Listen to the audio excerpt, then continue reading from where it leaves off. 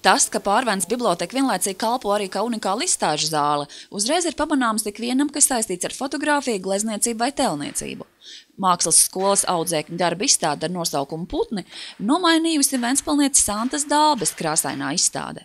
Man, ka pavērota tieši šitā telpa, man liekas, atbilst tam, ka varētu šeit izlikt ļoti skaistus un lielus darbus, pēc tam lielos formātus. Šī ir laba izstāžu vieta. Jā, ļoti laba. Pateicīgi īstenībā. Ikdienā Santa strādā kā mākslas un latviešu valodas pasniedzēja krieviski runājošiem bērniem, bet brīvajos brīžos to paša Santas darbi. Jāsaka, ka brīvo brīžu ir ļoti maz. Ģimenē aug 3 dēli, un Santai interesē daudzas lietas – šūšana, gleznošana, ceļošana.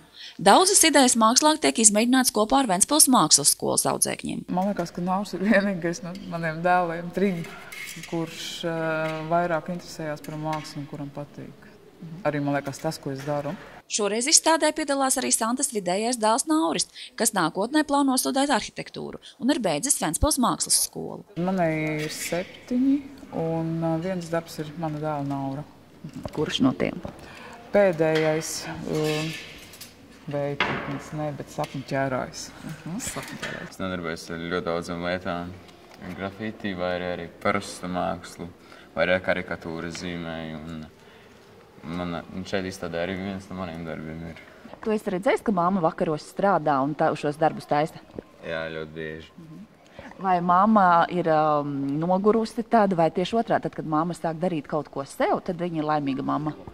Mamma palika priecīgāk, kad viņa sāk taisīt visus darbus. Pārvences bibliotekā atklātā izstāde ir dažādās tehnikās veidoti gobelēni. Ļoti krāsaina izstāde un labi papildina balto interjeru. Tāds ir dots arī nosaukums. Varētu teikt, ka tās īstenībā ir manas autortehnikas, jo būtībā es īsti tā neesmu redzējusi darbus, kā es taisu.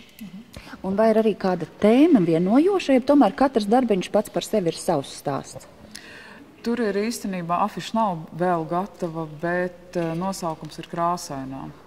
Tas nozīmē, ka daudz iespējamās košās krāsas ir ieliktas darbos. Vai šie ir laikietilpīgi darbi? Ļoti.